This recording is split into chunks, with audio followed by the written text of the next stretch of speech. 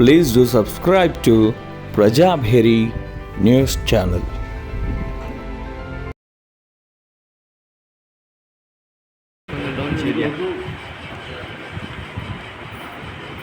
మన భారత మాజీ ప్రధానమంత్రి వారి వర్ధానికి 34వ సంవత్సరం వర్ధానికి జరుపుకోవడం చాలా బాధాకరమైన మన ఆ రోజు ఇందిరాగాంధీని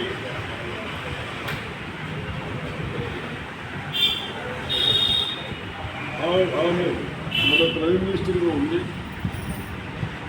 మరణాంతరం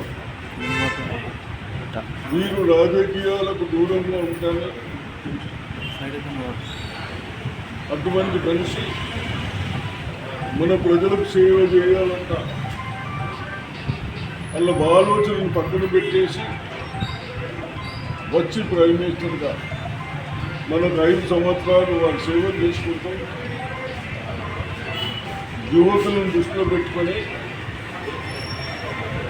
ఫ్యూచర్లో ఎలా ఉండాలి, భవిష్యత్తులో ఎలా ఉండాలి, ఐటీ కానీ సిస్టమ్స్ కానీ గ్రామాలలో అభివృద్ధి చెందడానికి ఏదో సెంట్రల్ ఫండ్స్ వస్తాయో అది కానీ యువకులకు ఓటు అధ్యక్షులు కానీ ఈ విధంగా వారు అన్ని చేసుకుంటూ ఇందిరాగాంధీని ఏ విధంగా అయితే ప్రైమ్ మినిస్టర్గా అయిందో వీరిని కూడా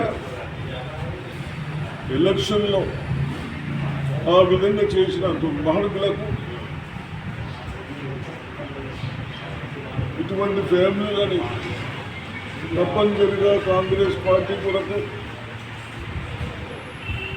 వాళ్ళు బలిదానాలు అయ్యారు. మొత్తం వెళ్తా ఉంది కాబట్టి తప్పనిసరిగా రాహుల్ గాంధీ గారికి వారి ఫ్యామిలీలకు కానీ